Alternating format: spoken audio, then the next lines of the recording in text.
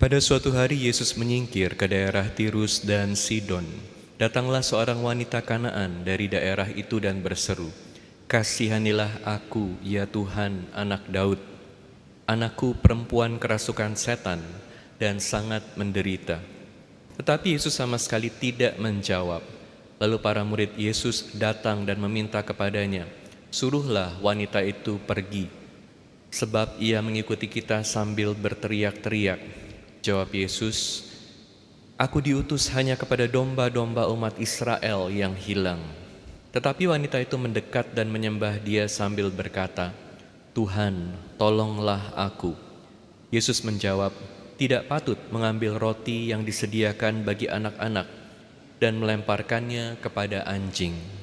Kata wanita itu lagi, "Benar Tuhan, tetapi anjing-anjing pun makan remah-remah yang jatuh dari meja tuannya." Bersabdalah Yesus kepadanya, "Hai ibu, sungguh besar imanmu. Terjadilah bagimu seperti yang kau kehendaki."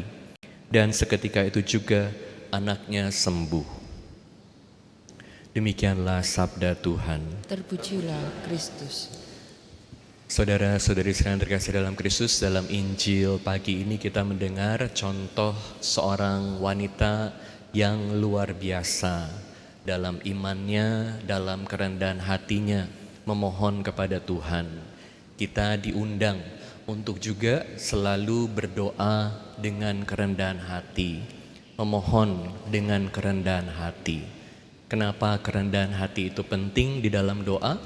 Pertama-tama, dengan kerendahan hati kita mengakui bahwa Allah adalah sumber hidup kita dan bahwa Allah itu maha kuasa, sehingga dengan kuasanya tidak ada yang tidak mungkin. Kedua, dengan kerendahan hati kita juga melihat siapa diri kita. Dengan melihat siapa diri kita, kita mengakui berbagai kebutuhan kita, berbagai keterbatasan kita.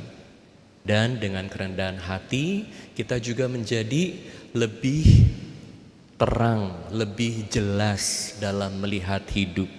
Seringkali kita menjadi bingung, seringkali kita jadi tidak bisa melihat berbagai pilihan yang harusnya kita ambil dalam hidup. Karena apa? Karena kesombongan kita. Tapi lihat bagaimana wanita Kanaan ini bisa menjawab Yesus dengan jawaban yang sangat jelas, dengan jawaban yang cerdas. Itu karena dia menjawab dengan kerendahan hati. Kerendahan hati membantu kita menjadi punya hati yang lebih murni. Dan dengan hati yang lebih murni, kita juga bisa melihat hidup dengan lebih baik, melihat diri kita dengan lebih baik, melihat berbagai pilihan hidup kita dengan lebih baik, dan memohon dengan lebih baik juga. Kerendahan hati juga membantu kita untuk tidak putus asa. Karena kita tahu hidup kita ini bersumber bukan hanya dari diri kita saja, tetapi dari Allah yang Maha Kuasa, yang selalu menyediakan buat kita, siapapun kita, dengan segala keterbatasan kita.